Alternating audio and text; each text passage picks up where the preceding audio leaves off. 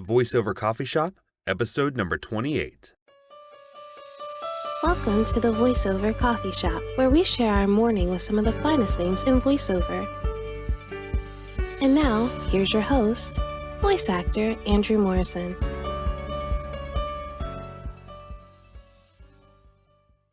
Hi there, my name is Andrew Morrison, and welcome to the Voiceover Coffee Shop, where we start our day with some of the finest names in voiceover. If you'd like to know more about me, feel free to visit my personal website at www.andrewdmorrison.com. In this episode, we have coffee with my dear friend, JP Karliak. JP is an American voiceover artist, writer, solo artist, and a snazzy dresser, known for roles such as Willie Coyote, Tin Man in Dorothy and the Wizard of Oz, and the title role in Boss Baby, just to name a few. In this episode, we talk about QueerVox and Nerdsvote, auditioning in the LGBTQ community, how to decipher if a character is your identity's story to tell, and making positive change in the world as a voice actor. How are you doing today? I'm good. I'm glad to be here. Good. It's good to have you. So how do you take your coffee? I don't drink coffee. You don't drink coffee. How do you get started in the morning then? I'm a tea drinker, actually. I'm big on tea. Usually green, specifically genmaicha. But Okay. I find that as I'm getting older, caffeine is starting to bother me. So I actually do a lot of decaffeinated stuff. But yeah, I've never been a coffee person. My partner, on the other hand, guzzles it by the gallon. But I'm not the coffee person. Gotcha. So I know you have history in theater, and you also did freshman recruiting for a while. What's kind of your story? How did you end up from Scranton, Pennsylvania to Los Angeles as a voiceover artist? How did that happen? Practice. No, well, I always wanted to act. I always wanted to do theater and performance. So I went to college at the Catholic University of America for 2 years in DC. And loved the people that I met there, loved a lot of my experiences there, but it just wasn't offering the program that I was looking for. So I decided that I wanted to be either in New York or LA. So after 2 years at Catholic, I ended up transferring out to LA, and I went to USC for 2 years. And my whole goal was, I kind of wanted to do the whole thing. I wanted to do on camera, and I wanted to do theater. And despite always being a fan of cartoons, I was always under the impression, I can't do those unless I'm famous. Nobody's going to give me that work unless I have a bunch of credentials already. Right. So it never even crossed my mind that it was really an option unless I already had stuff going for me. So yeah, I just started pounding the pavement to try and make an on-camera career. But I had a bunch of friends who were studying animation and needed some voiceover, and so I was doing that, and it was getting really good results from their teachers and stuff. And I'm like, maybe there is something here. So. While I was at USC, one of the professors there was Kelly Ward, who, in addition to being a musical theater genius and also was in the Grease movie, he also directs a lot of animation and has worked in animation for years. So people were telling me, oh, go talk to Kelly. So I talked to him, and he's like, all right, a few things. These are the people I want you to study with.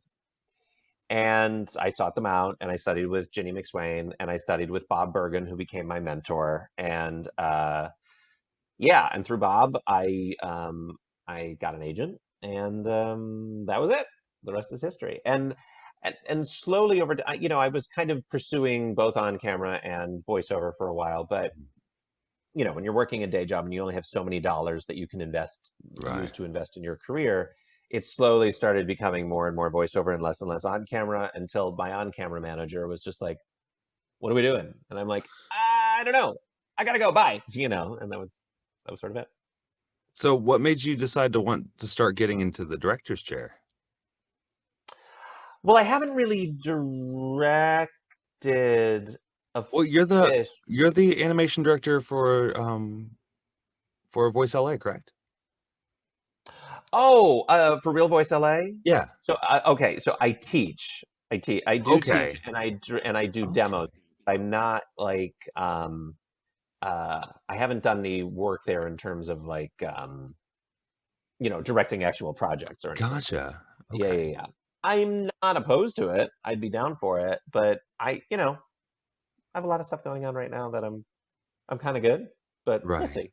You know. So speaking of all your stuff going on, what was the inspiration behind Nerdsvote and QueerVox? I know they're two completely different entities, but Well, what was your I'll start with the senior organization. Nerdsvote started in 2018. It's the brainchild of fellow voiceover artist Courtney Taylor. Mhm. And she basically got the idea while having margaritas with Ashley Birch about, wanting to do something, Yeah. especially, always being in the con space, but not really sure what to do. And then it just kind of, struck her like lightning, like, oh my God, why don't we bring voter registration opportunities to conventions? And that's kind of where Nerds Vote started, was just, liaising between different Comic Cons around the country and voter registration organizations, and trying to, get them a table or get them a booth and get them situated, and also have the quote unquote notable nerds, our celebrity friends, who are on site to promote, like, when they're doing signings and everything, like, hey everybody, by the way, go and check out this Nerds Vote table to make sure you get registered to vote if you're not already. And that was the plan, and it was going well. And then, of course, pandemic. So then we pivoted to this little show Between Two Nerds, and all of last year we were just interviewing our fellow notable nerds, talking about how they were dealing with the pandemic, and also why voting was important to them. Um, and now that we're after that big election last year, we're pivoting again and trying some other new things. And we may even be getting on TikTok, God help me. So, yeah, it's all about just finding the right balance of, you know, the bandwidth that we have available, but also getting the word out, especially in a period of time where everyone's like, oh my God, politics, I can't anymore. We did that all last year. So, still trying to keep it interesting and fresh, and, keep people involved. And then QueerVox, Mhm. I just started this year, Big and fan. that came out of just sort of the witnessing the growing number of roles that are available, that are a growing number of queer roles, but not necessarily an equal and opposite growing number of queer talent being booked in those roles, or any roles for that matter. It's nice that the representation is being seen on screen in our animated shows and in our interactive titles, but it would be nice if the people that were actually playing them fit the part.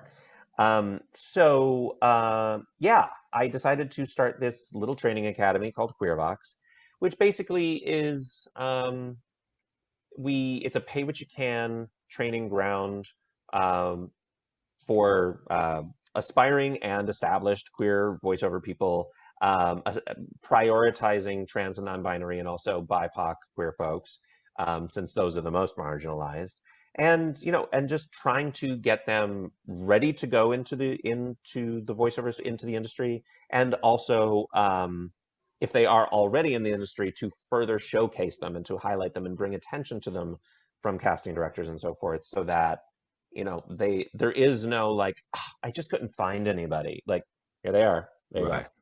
Yeah. So with a lot of casting calls having those labels because there are certain stories that need to be told by particular people.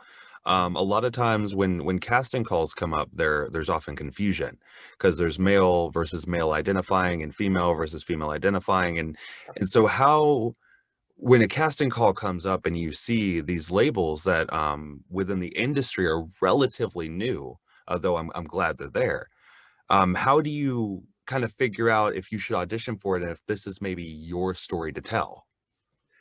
I mean, that is the question that we ask. And it's going to be an individual decision for every person, you know. Because the one thing that we try to get away from at QueerVox is gatekeeping. Like, we don't want to set like the hard and fast lines. Like, for instance, if you're not using they them pronouns, then you shouldn't be auditioning for non-binary roles. Well, Right. that's not true for everybody. You know, there are, for instance, you know, I identify as genderqueer, but I don't use they them. It's just, it doesn't work. It just doesn't work for me. So, Right. but I still feel comfortable auditioning for non-binary roles. I, however, don't feel comfortable auditioning for trans roles because that isn't my story to tell. I can't speak to that.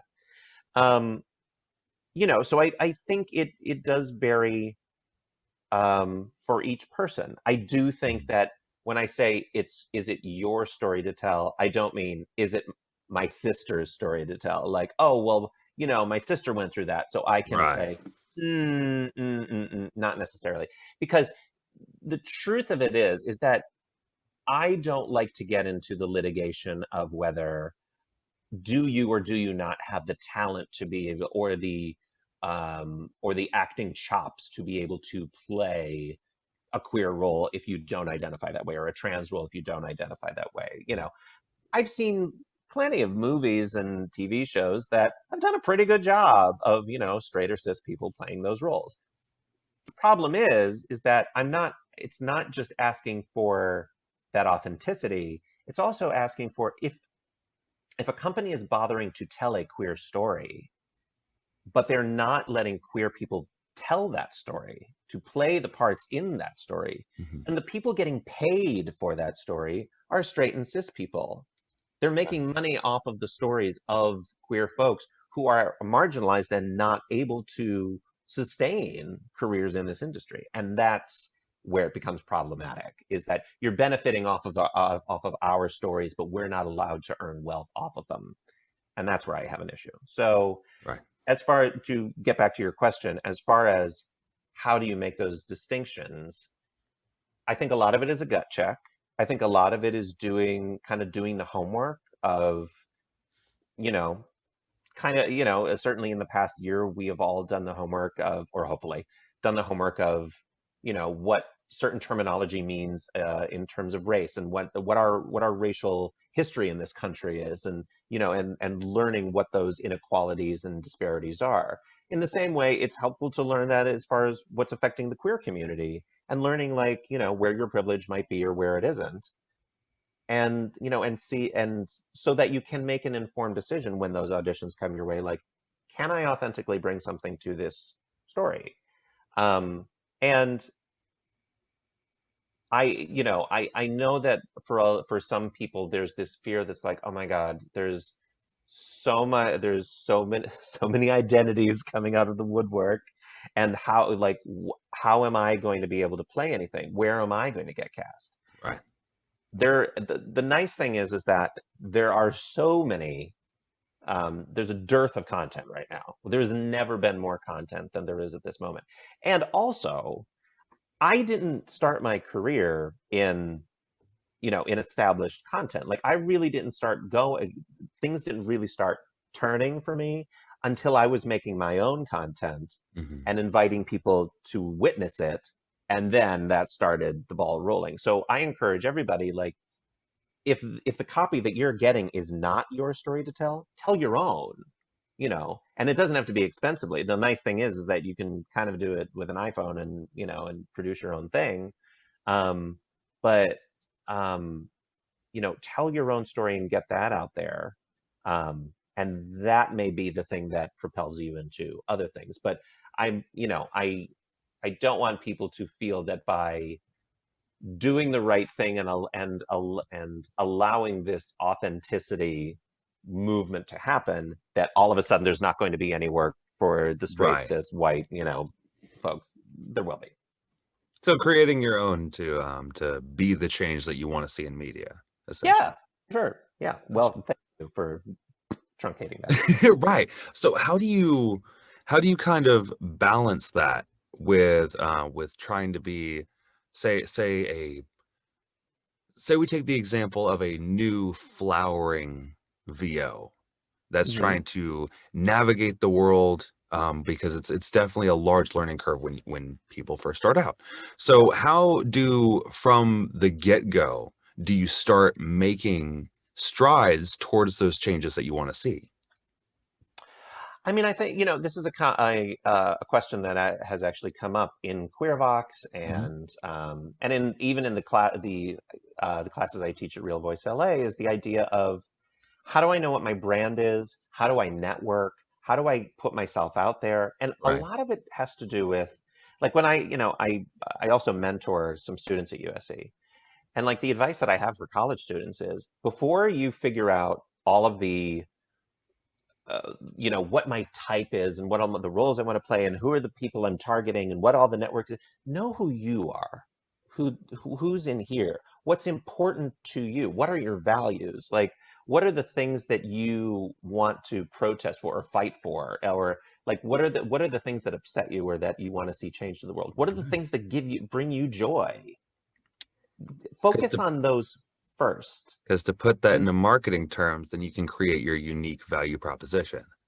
exactly, Perfect. yeah, because like, I can tell you, like, oh, you seem like you can easily play like the quirky office worker or something like that. And it's like, well, I mean, maybe, but so can a bajillion other people. Like, Right. that's just a cookie cutter, you know, cutout, Right. a cookie cutter like template Hmm. that doesn't necessarily describe your personal uniqueness. Um, it just really only speaks of, like, this is one particular character you can play, but certainly not the fullness of you. And I mean, when I speak of creating my own content, like, I wrote a solo show Hmm. that called Donna Madonna, which was Hmm. an autobiographical musical comedy Didn't about. it win an award in New York, I believe? I won a few awards in New York, actually, but thank you. Yeah, I went to a few fringe festivals around the country, and won some stuff. But um, the story, I wrote it because it's about my being adopted and eventually meeting my birth mother, and sort of the nature versus nurture effect that both of my mothers have had on my Okay. psyche. And I wrote it as a love letter to both of them, and how lucky I have felt to have a good relationship with both of them. I also recognize that, yes, I'm not going to just perform it just for the two of them in a living room. Like, I will invite other people to this, Hmm. but I never set out initially to be like, haha, this is my marketing tool. It was like, no, this is a passion project for me, and I will share it with others as well. In the same way, like, whenever you hear like big time directors talk about, or big screenwriters talk about, you write the thing or you direct the thing that feels passionate and most important to you, and you just hope that it resonates with other people. That's kind of the direction that I went in. And my thought was, worst comes to worst, the two of them will like it for what it is, and that's it. That, done. At least I did that. I checked that box. But I was fortunate that, a bunch of people liked it, and I invited industry to see it, and it developed some relationship with casting directors, and it made me not just a voice, not just a type. It made me a fully fleshed out human being. Now, I'm not saying everybody needs to write a full on, musical solo show, but Right. like, you know, creating that thing, or even getting involved in that cause. Like, I have a friend who, she invites some industry folks together, maybe like 4 times a year, to go down to the uh, LA Women's Shelter downtown, and we cook a meal, and and we socialize, we chat, we do this thing, and it feels really good, and and it's not only creates that opportunity that we can all kibitz but and everything, but it's also showing what her values are, and it expresses what she believes in, and makes people think of her like, oh, is a good person, that one, you know. So it's that type of stuff, is focusing on the things like you were saying, that what was the word you used? Valuation? Unique value proposition. The That's the value proposition. Yes, yes, marketing yes. I like. terminology for here's what I have to offer that There other it people is. in the industry don't have. Mm-hmm. So I guess that raises another Exactly. question for me because outside of, I mean, you create a lot of very unique content and you're casted for a lot of very unique roles. but you've also been casted for a lot of roles that are kind of your rendition of roles that have already been established. Right. So in that, how on the mic, like when you're sending out that audition, how do you kind of stand out from the remainder of the crowd? Like how do you say I'm the best fit for this role, even though it's something that's already been established, but at the same time I'm able to put my own personal twist on it? Sure. I mean, the sound alike gig it varies from project to project. Right. Sometimes all they're looking for is they just want the dead on, and Right. with acting, like they certainly want to know that you can perform. Right. You know, the thing that I tell my students a lot is if you're inhabiting that other character, you have to be able to do anything in that character. We see a lot of those YouTube videos of the impressionists who just go down the line doing the catchphrases of all of these characters. Right. Well, goody, you can say, "What's up, Doc?" But can you do Bugs Bunny reading the phone book? Can you do Bugs Bunny singing? Can you do Bugs Bunny like getting hit in the head? There's all of those nuances that you've got to be able to capture with the characters. So that's part of it. Um, I a lot of I have a bit of a music background, so a lot of my tapping into a character is figuring out what the melody of their speech is, Mm-hmm. and seeing if I can emulate that. Um, and also just trying to find that play. I one course I took in college that was just like a random elective that was phonology. And so I learned like placement of like the different resonation Okay, parts of cool. your, which is it was a course that I was like, but I mean in retrospect I'm like, oh, it was one of the best courses I could have taken, and I highly recommend it. Even just getting a book about phonology or linguistics or just speech in Mhm. general, it's so great to be able to know where those placements are, so you can kind of think like, where can I focus that? Like it's, to know that, if you're doing like a Marvin voice, that it resonates from back here, as opposed to, a more nasal voice that it resonates from up here, like to be able to make those placements so that when I'm hearing like Alec Baldwin's voice, and knowing where that placement is, as I hear it. So pairing that with the melody of his voice, you can kind of approximate it. Or, as is often the case when I get sound like roles, I'm like, I can't do this one. All right, thanks, pass, bye. Right. And that's okay. Like there are some that I'm like, I'm close, so I'll try it. But then there's some that it's like, it's not going to happen. Right. Steve Carell, can't do Steve Carell. I've tried. I can't. I I came very close to some Will Ferrell stuff a couple times, even though I'm like, oh, it's close, but not quite it. As a matter of fact, Alec Baldwin, I don't think I do a particularly great Alec Baldwin. I think that I'm more doing Will Arnett doing Alec Baldwin for Boss Baby. And see, that's what Uh, I was kind of getting at, is that you put even in these established roles, you're adding something extra to it, and just something that's you. yeah, well, I mean, especially like if we think of Wile E. Coyote, Mm-hmm. when they were casting the new Looney Tunes, they were looking for pretty much dead on for the more recognizable voices. So like Bugs, Daffy, Of Yosemite course. Sam, they all needed to be pretty spot on. Right. But because a lot of people don't remember what Wiley sounds like, or they have a vague idea, they're like, oh yeah, like super geniusy thing, right? I was given a little more freedom to play. And I think it's because the original voice director of the new Looney Tunes was Charlie Adler. And I love Charlie. I love Charlie's work. He was he directed the first animated show that I ever animated project I ever worked on, and I knew the real zany, real like over the top energy that he looks for, and I was like, all right, I'm pushing this Wiley to 11, like so I went. Um, Sometimes like no, I don't think I consciously thought of this, but somebody brought it to my attention later because I think this is just sort of a area that I go to. But took my best like Kelsey Grammer and just went, pushed it all the way. So yeah, I did listen to Mel, you know, but that's sort of what I Right. got from it, is like, you know, because Mel's, you know, listening to his is pretty laid back. Like, you know, he doesn't go overly extra with Wiley, but I did, you know, I just went like megalomaniac.